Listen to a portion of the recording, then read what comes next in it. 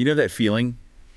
It hits you hard around 7 p.m. You're standing there, the refrigerator door's wide open, and you are just intensely physically hungry. Right, but you can't move. You're absolutely paralyzed. You're staring at all the components for, I don't know, a dozen perfectly good meals. But instead of doing anything, you pull out your phone. And you spend 20 minutes scrolling through delivery apps. Exactly. Convinced that the perfect choice is out there if you just do enough research. That moment, that analysis paralysis, it's the perfect metaphor for what we're talking about today. It really is. That whole behavior, whether it's for dinner or your next career move, it comes from a really fundamental misunderstanding of uncertainty. A misunderstanding how? We treat uncertainty like it's a problem that thinking can solve. We think if we just throw more analytical energy at it, more planning, more reading, the perfectly optimized right answer is just going to materialize. But that's completely backwards, isn't it, when it comes to personal clarity anyway? It's totally backwards. The core pattern we see again and again is that uncertainty is actually a problem that only action can solve. The right answer you're looking for, it only shows up after you try something. So the knowledge we want is actually a consequence of the attempt, not something that comes before it. Precisely. Okay, so let's really unpack this idea of information you can't think your way to, because we're all taught that knowledge comes from books, from lectures. What is this specific kind of experiential knowledge? It's the knowledge of the visceral reality of an experience. It's the stress profile, the emotional geography, the little daily friction points you can't predict. Okay, like that. Well, think about running a business. You can read every textbook on strategy and management. You can model every possible financial scenario on a spreadsheet. You can have the perfect business plan. Perfect on paper, but you will not know, you cannot know, if you can handle the specific gnawing stress of it until you're the one who has to make payroll, until people's livelihoods depend on your decisions. So it's not the how-to knowledge that's missing. It's the emotional reality of actually enduring it when the stakes are real. Yes, exactly. That specific knowledge is housed in your nervous system, not your intellect. It's embodied knowledge. It's a feeling. It's a feeling. Or take a simpler example. You can research moving to a new city for a year. You look up the weather, the jobs, the culture. Everything. Cost of living, commute times. All of it. But you won't truly know how you feel about that city until you're there on a random, boring Tuesday in February. Or stuck in traffic on a rainy Thursday morning. That's so interesting because it flips the whole sequence we assume is right. We think, I have to understand it's the right choice, then I'll feel good about it. Right. And what the research shows is that the feeling has to come first, and then the understanding follows. How does that work? When you're dealing with these really personal, subjective questions like, what kind of work truly energizes me? Or what kind of people drain my battery? The only real data source is your own response. Your gut reaction. Your actual gut reaction. The feeling, the boredom, the engagement, that sudden sense of flow, that is the primary data. You can't theorize your way to that. Okay, this is where it gets really powerful. Because if those feelings are the data, then every action that doesn't feel good, it isn't a failure. It's not a failure. It has to be classified as progress. As progress. Absolutely. We have to just ruthlessly reframe failure as elimination or constraint mapping.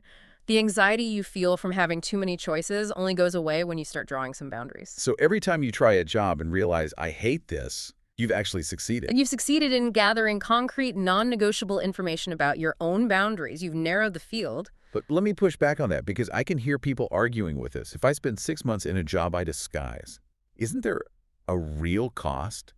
Time, money, emotional energy. How is that not wasted time? And that's a very important point. We have to acknowledge the cost, but we have to compare it to the cost of stasis. The cost of doing nothing. Right.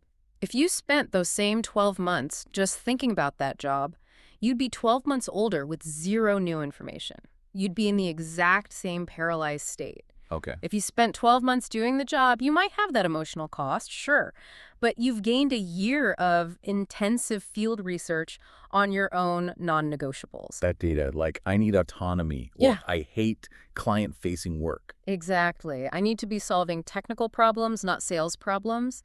That information is invaluable. It stops you from making that same mistake for the next 10 years. So the experience itself, even if it's uncomfortable, is the necessary data generation. It is. And what's amazing is how fast this can work. You'd think you need to try 1,000 things, but often it only takes, 3 or 4 focused attempts to see a real pattern. That's surprisingly few. It's the power of focused elimination. Yeah. You don't need to try everything. You just need enough data points to see the direction. Say you try 3 very different things.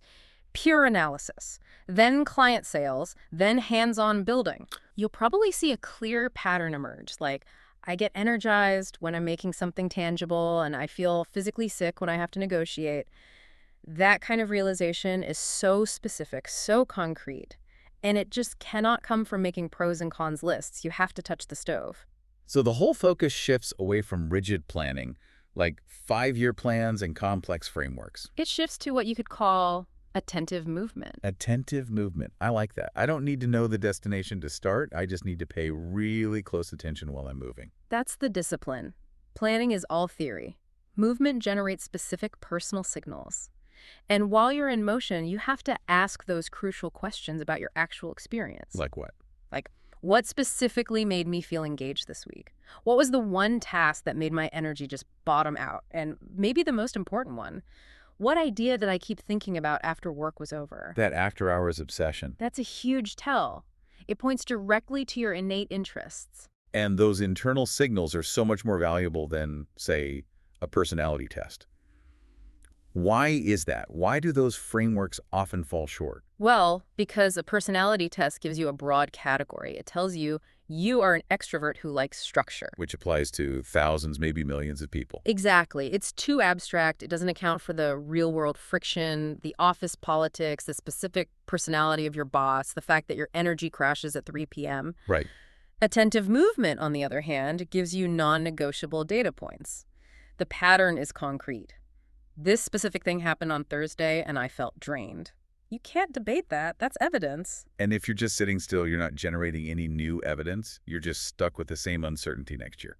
100%. The cost of stasis is that you maintain all of your current uncertainty. Let's talk about that time constraint directly, because you can reframe this whole idea of wasted time in a really powerful way. It's the most powerful argument for action. Just consider this. You can spend the next 12 months thinking, debating, reading, planning your ideal life. Or you can spend those exact same 12 months actually testing options and eliminating what doesn't fit. Both paths take the same amount of time. One leaves you right where you started, paralyzed. The other leaves you with clarity and a much smaller set of options. The time is going to pass either way. The time passes no matter what. But the fear is still there. I mean, the risk. What if I just build a huge list of things I don't want and I never find the right thing? I'll just look directionless. And that fear of looking directionless is the biggest psychological hurdle. We have to fight it with the idea of momentum. How so? Doing nothing guarantees you stay stuck. You move 0 inches toward what you want. Elimination, on the other hand, guarantees movement. It guarantees learning. It guarantees momentum. So building that list of things you don't want isn't failure. It's mapping the edges of your life. You've just constrained the search. You've established your operational boundaries. And again, it's often faster than you think. You only need to try, say, 3 different jobs or visit 2 different cities to spot the guiding pattern that lets you make the next decision with real confidence. Okay, so we need to be really clear what action means here. It's not recklessness. It's not quitting your job every 6 months. No, absolutely not. That distinction is crucial.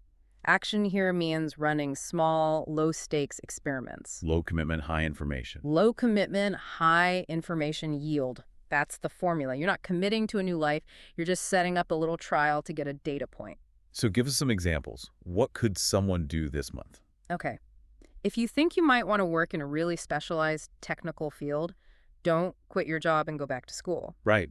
Just take on one specific freelance project in that area on the side. That's maybe a 3-week commitment for a huge amount of data about whether you actually enjoy the work. That's a great one. What else? If you think you might enjoy leadership, volunteer for a low-stakes committee at work, or even a community board. It's an hour a week, but you get concrete data on how you handle delegation and pressure. I see. If you're thinking of moving to a new city, don't just move. Spend a long weekend there, but not as a tourist.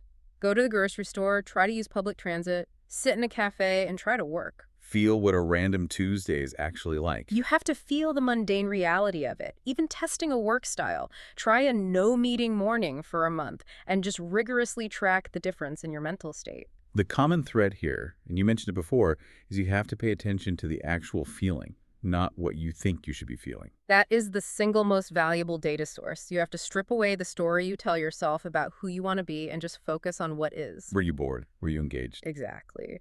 Did you get physically tense when you had to talk to that client? Did you lose track of time for 2 hours?